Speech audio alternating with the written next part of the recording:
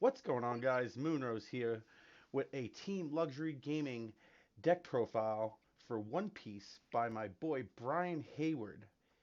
Brian got top 64, 34th place at PPG's regional this past weekend. What's going on, Brian? What's going on, Moonrose? So It's yeah, going I went. going good. What was that? I'm sorry. I said it's going good. Sorry, my mic is a little low, so Yeah, all good, man. So yeah, I was able to go 8-0 through the entire first part of the tournament. I lost round 9 to Chris, and then I lost in the last round. Weird how losing the last two rounds to somebody that's X1 and undefeated puts you at 34th, but it is what it is. Missed two places, but still secure the invite. That's the important part. let's go. That's what you want to hear, right? Absolutely. So I was on the fence. So for set three, I tried out law and I was not having a lot of success. So I said, screw it. I want to play something where I don't have to do a lot of thinking. And I thought that was going to be Zoro, but I did a lot more thinking than I thought I would ever have to do. It's not as brainless as people think. So I actually played the Straw Hat package. I played a heavy Straw Hat package. So I started off with four Namis. Uh, Nice. Now the Whitebeard package I actually didn't go too heavy on, so I only played the three Izos. Hmm. And you'll see why later. It's all about the ratios in this. I also play the three buggies. The big thing about buggy is that it can't be KO'd by other slash characters, including leaders. So in the mirror match, they have a hard time clearing it, as well as having 3K power. So one down on leader, one down on buggy. It's a 5K swing for free. And then if you combo with Makino, you're swinging 7K. Free Nice. free real estate. That's easy So pay that's right it there. for it really is. So that's it for my one drops outside of events. Now events pretty standard. I played the four radicals, played the four guard points. These being able to be searched by Nami as well as Buggy are huge.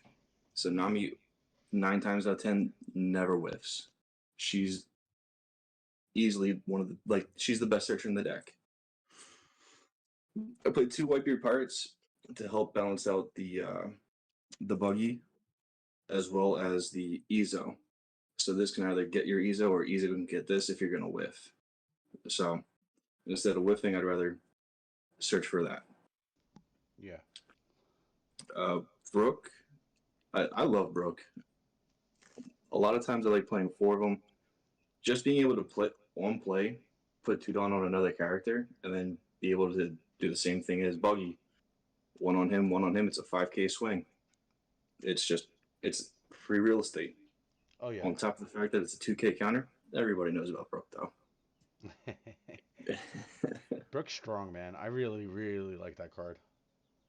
Yeah, a lot of people weren't like a really big fan of Brooke, but he can put in so much extra work that just nobody's ready for.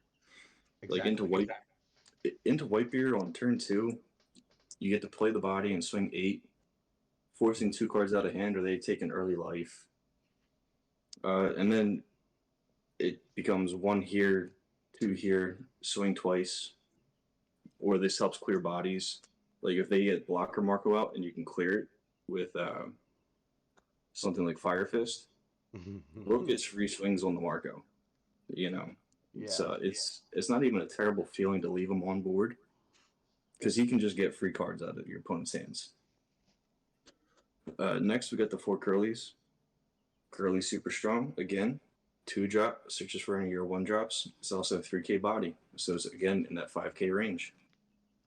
Yep. Next, I played 2 Fire Fist. This card is an MVP card. I don't know how many times this just came out of nowhere and blew my opponent out. Yeah. Between this going into law, this won me every law matchup. In combination with my 2 Vistas, it was just able to clear the board and then just make sure that they can't set up. If law can't set up, they're having a hard time. So they're hard playing their laws, they're hard playing their restands, they're hard playing their basils, and it's forcing their Don out so they can't really swing effectively on you. And while they're not swinging effectively, you're swinging back at them and cracking them back. Yeah, that's so strong. It really is. And then obviously the four Zoros.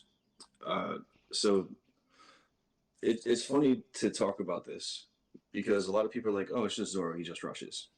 My Zoro sits on the board. I don't let my Zoros die. I protect the crap out of these. If these die, you lose a ton of pressure and a ton of swing. Hmm. Like, yeah, you let it die sometimes when it's like too much, or you know that they have the out just in an event. But a lot of times, if they're low on cards, I'll save the crap out of these just because it's extra pressure. Oh yeah. That brings me to my next card. I play two teaches. This card's insane. I don't care what anybody says. This is the Whitebeard matchup card. This is the Law matchup card. This is the uh, Doflamingo matchup card. This card's swinging 8K and getting you free real estate on all of your one drop bodies, as well as the Dons and Brooks. So See. you get to search, add the card to hand, and then crack for 8K. Utilize that three drop that's now four drop because of Zoro, or sorry, not three drop, 3K powered that's now 4K powered because of Zoro. Gain the extra 1,000, draw a card, get into another 2K or another searcher or another event or whatever you need, Hmm. and it just puts in so much extra pressure that your opponents most of the time just can't deal with. Yeah. I really like Teach. Teach adds so much pressure to Whitebeard. It's insane. And like if you could pressure them and force them to dump that gigantic hand, it's just so good in your favor. It really is. So I had to play four Whitebeard matches in a row, Oh my round god. 7, 8, 9, and 10. Oh my god. I saw this 7 and 8. I did not see him 9 or 10. Oh no. uh, like you said, even after they drop the Whitebeard, it's one card commitment to make this an AK swing. Yeah. So you just load it up and just blast them. Yeah. Big boy. Exactly. This next one's a little odd, but I play one Jozu. I play the one Jozu just because it's 2K counter, and it just adds that one extra Whitebeard card for your consistency on your Ezos and Whitebeard Pirates. That's all he's there for. Yeah. Well, he's also there for these. There's a reason this card's going to one. I literally won one of my matches because I established three Marcos and brought them all back, and then just swung game next turn. This card was so dumb, and I've seen it happen to so many people. Like even in local tournaments, if people establish two Marcos on me, I had a real hard time because then you got to try to balance out how to figure out how you're going to combo out after they restand. If you can't put enough pressure on the Marcos to get enough cards out of hand, Hmm. it this card's terrifying, especially once it like even at three life, it's terrifying because they can just take the hit and now it's live. You Yeah. know, Yeah. Good card. absolutely. So here's another insane card. I played the one of Luffy, and it's hilarious. I only played it one time, but I searched it five, and it's a mind game. So this screws with your opponent's mind the entire time because they're like, I can't take this last life, and they blow out their hand. They blow out the blockers because like these blockers are going to be useless because this is just going to go for game. This literally sat in my hand most of my games. I let them know I had it, and it's just sat there Nice. because I can spread my Don more efficiently on my little guys and just apply more pressure that way. Hmm. So just knowing that that was there forced my opponent to play very differently. Yeah. I like that. And then the standard three Marcos. I opted not to play four because I wanted the Luffy exactly for that reason. Marco obviously comes in clutch because it just becomes a 7K for free off of attaching a Don here and being able to help utilize clearing small guys on boards. Uh, so you'll notice in this list, I really didn't play anything to reduce anything's power for free cracks. Hmm. I didn't feel like I needed to. I knew Kid wasn't really an option going into this event because of how heavy Whitebeard was. So I didn't have to worry about the 8 cost. Hmm. So I wasn't too worried about that. Yeah. Um. And everything else I just apply pressure to, and it just kills them out. Yeah. So with your deck, do you see yourself making any changes Uh, for upcoming events and like near future things? so there's some mandatory changes just because of the ban list. Yeah, mandatory. So so we do lose the three Marcos and we do lose the three Rad Beams. Uh, so it doesn't hurt all that much. All it does is change our direction. Hmm. Uh, so instead of going more mid range, I'm choosing to look into a more aggro version. Like I'm still gonna run the three Marcos here, the three 5-drop Marcos. I still run the one blocker. Hmm.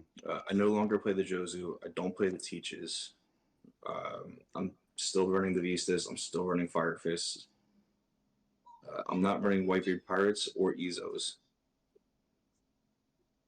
So I feel like taking out the Ezos is essential in this because it's not going to search anything. Hmm. So what I do is I switch into Red Hawks. I switch into Jet Pistols, and I add. There was one more chord that I was planning on adding. No, because I was at 4, 8, 10, 4, 8, 10. I was at 12, so now I'm running 11 events in my deck. But it's still super strong. Yeah. Even if Buggy whiffs, I bumped Buggy number to 4. But even if he whiffs, he's still that 3K power Yeah. that And can't be killed by Slash. exactly. So like if you're playing against something that has heavy on slash, it's just like it's so difficult to deal with that buggy. Exactly.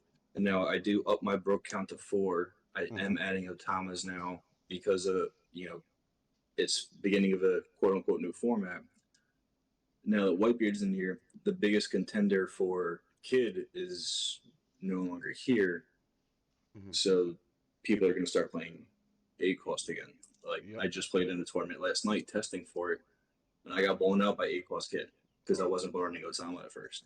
Yeah. Yeah. Makes a So lot of sense. so you got to be ready for all that stuff. Everything's going to come out of the woodworks now that everybody thinks that Whitebeard's dead. Hmm. So it's just being prepared and being ready for.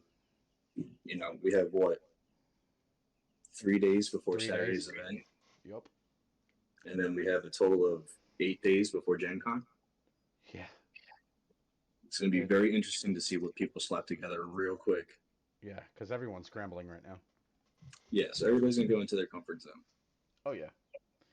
Well, Brian, seriously, thank you so much for the deck profile. Would you like to give any shout outs?